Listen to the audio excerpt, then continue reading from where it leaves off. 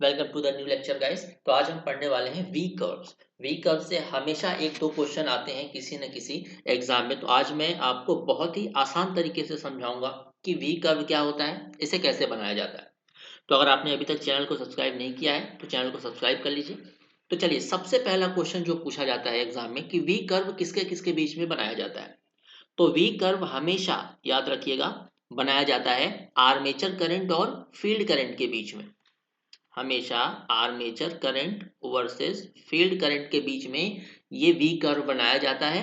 और इस दौरान क्या होता है, कंडीशन इसकी क्या है, इस दौरान जो टर्मिनल वोल्टेज है वो कांस्टेंट होना चाहिए। करेक्ट। तो ये आपको पता चल गया कि वी कर्व किसके किसके बीच में बनाते हैं और इसकी कंडीशन क्या होती है। अब दो क्वेश्चन आता है कि मोटर के लिए वी कर्व कैसा होता है, जनरेटर के लिए वी कर्व कैसा होता है। चलिए, तो पहला केस देख लेते हैं। Case one for motor. ये कभी आप भूलोगे नहीं, देखिएगा कितनी आसान तरीके से हम इसे समझेंगे। सबसे पहले देखते हैं वी कर्व फॉर मोटर, और इसमें भी सबसे पहले हम बात कर लेते हैं लीडिंग पावर फैक्टर की।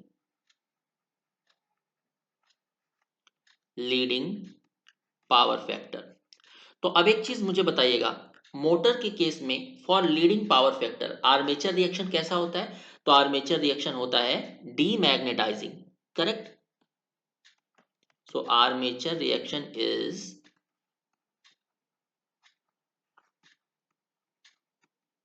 डीमैग्नेटाइजिंग। अगर आपको नहीं पता कि armature reaction leading power factor के लिए मोटर के केस में कैसे डीमैग्नेटाइजिंग है, तो मैंने प्लेलिस्ट बनाई हुई है सिंक्रोनस मशीन का जो लेक्चर है, उसमें जाइएगा। मैंने आर्मेचर रिएक्शन बहुत अच्छे से कराया हुआ है। तो मोटर के लिए आर्मेचर रिएक्शन क्या होगा, डीमैग्नेटाइजिंग। यानी कि जो रिजल्टेंट फ्लक्स फाई आर होगी वो क्या होगी, field flux minus armature flux. सही है। डीमैग्नेटाइजिंग का मतलब क्या होता है, जो आर्मेचर फ्लक्स है वो फील्ड फ्लक्स को अपोज करता है। तो अगर आर्मेचर फ्लक्स फील्ड फ्लक्स को अपोज कर रहा है तो हमें टोटल फ्लक्स यानी कि रिजल्टेंट फ्लक्स कितना मिल जाएगा, field flux minus armature flux. अब मुझे एक चीज बताइएगा, अगर field flux minus armature flux का जो टर्म है वो अगर वेरी कर रहा है तो जो रिजल्टेंट फ्लक्स है वो भी वेरी करेगा। और रिजल्टेंट फ्लक्स वेरी करेगा तो क्या होगा, फ्लक्स अगर वेरी करता है तो इंड्यूस्ड ईएमएफ वेरी करता है। और अगर इंड्यूस्ड ईएमएफ वेरी करेगा तो टर्मिनल वोल्टेज क्या करेगा, वेरी करेगा। बट हमारी कंडीशन क्या है वी कर्व की, कि टर्मिनल वोल्टेज कांस्टेंट होना चाहिए। तो चलिए, टर्मिनल वोल्टेज को हम कांस्टेंट करने की कोशिश करते हैं। तो जो वी कर्व है, अब देखिए किसके किसके बीच में बनने वाला है। ये बनने वाला है आर्मेचर करंट और फील्ड करंट के बीच में। मतलब फील्ड करंट को हम बढ़ाएंगे और देखेंगे कि आर्मेचर करंट कैसे बिहेव कर रहा है। तो अब मुझे बताइएगा, वी कर्व हम बनाने वाले हैं यहाँ पे हमने ले लिया है फील्ड करंट और यहाँ पे हमने ले लिया है आर्मेचर करंट। तो हम क्या कर रहे हैं, इस फील्ड करंट को बढ़ा रहे हैं और देखते हैं कि आर्मेचर करंट कैसे बिहेव करता है। तो अब एक चीज बताइएगा, अगर हम फील्ड करंट बढ़ाएंगे तो फील्ड फ्लक्स बढ़ेगा, यानी कि फाई एफ की वैल्यू बढ़ेगी। तो अगर फाई एफ की वैल्यू बढ़ रही है तो फाई आर रिजल्टेंट भी वैल्यू बढ़ जाएगी। बट हम नहीं चाहते, हमें क्या करना है, रिजल्टेंट फ्लक्स को कांस्टेंट रखना है। क्योंकि रिजल्टेंट फ्लक्स अगर कांस्टेंट है तभी ये टर्मिनल वोल्टेज कांस्टेंट है, जो कि वी कर्व की कंडीशन है।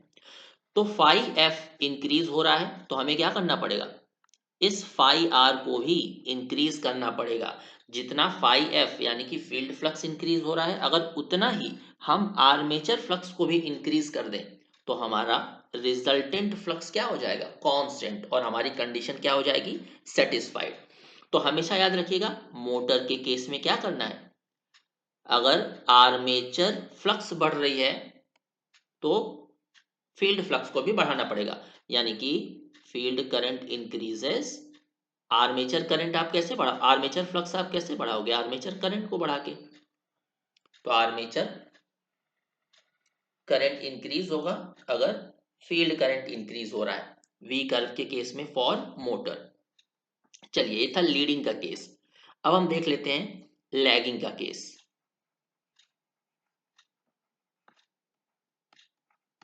लैगिंग पावर फैक्टर का केस। तो अब मुझे बताइए मोटर के केस में for lagging power factor armature reaction कैसा होता है? मैग्नेटाइजिंग। आर्मेचर रिएक्शन मैग्नेटाइजिंग मतलब जो रिजल्टेंट फ्लक्स है वो field flux plus armature flux है।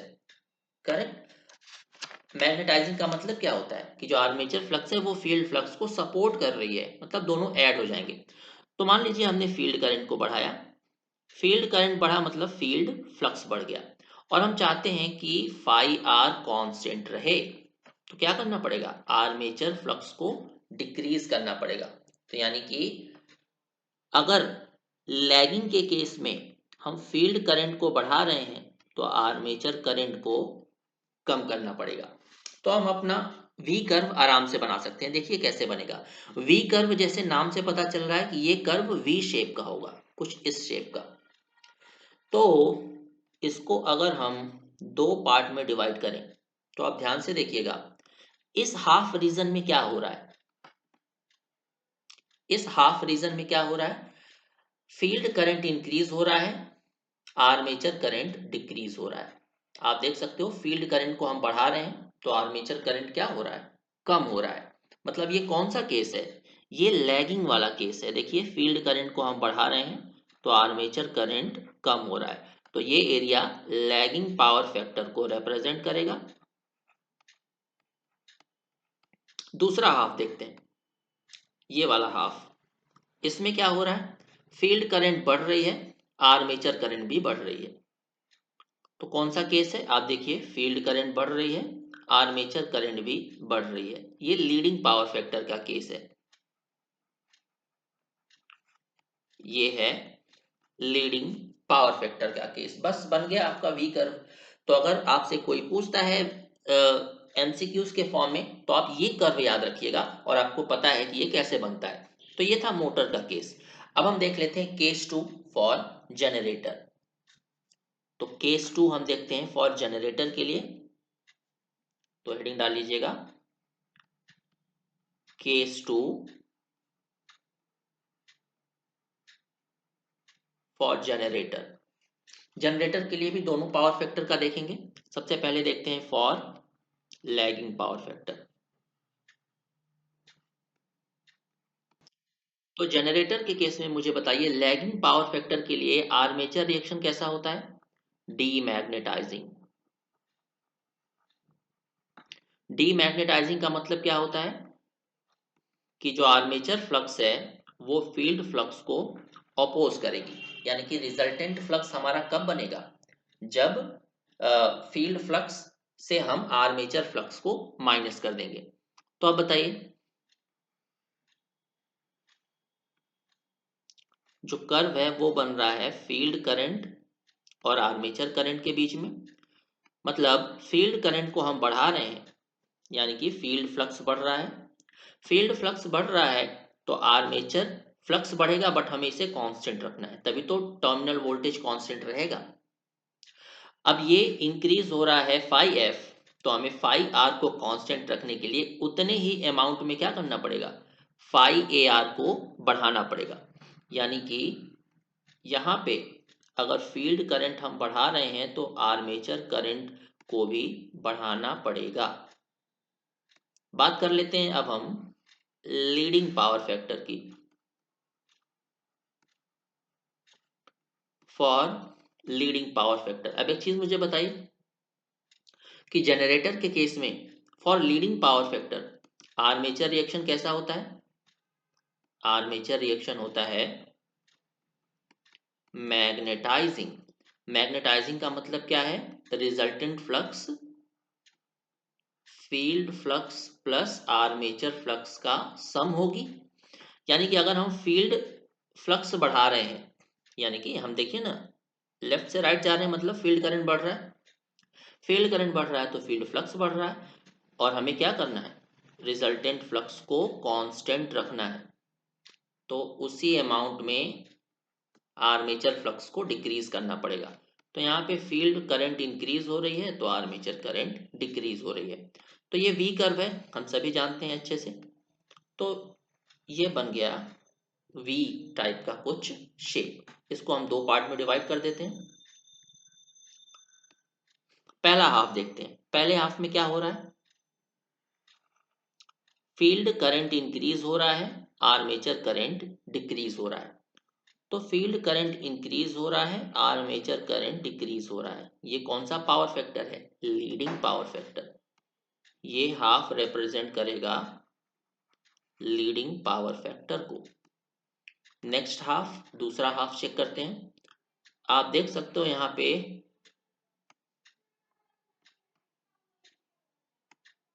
फील्ड करंट इंक्रीज हो रहा है, आर्मेचर करंट भी इंक्रीज हो रहा है। दोनों करंट बढ़ रही हैं। दोनों करंट किस केस में बढ़ रही हैं, लैगिंग पावर फैक्टर। तो ये वाला एरिया हो जाएगा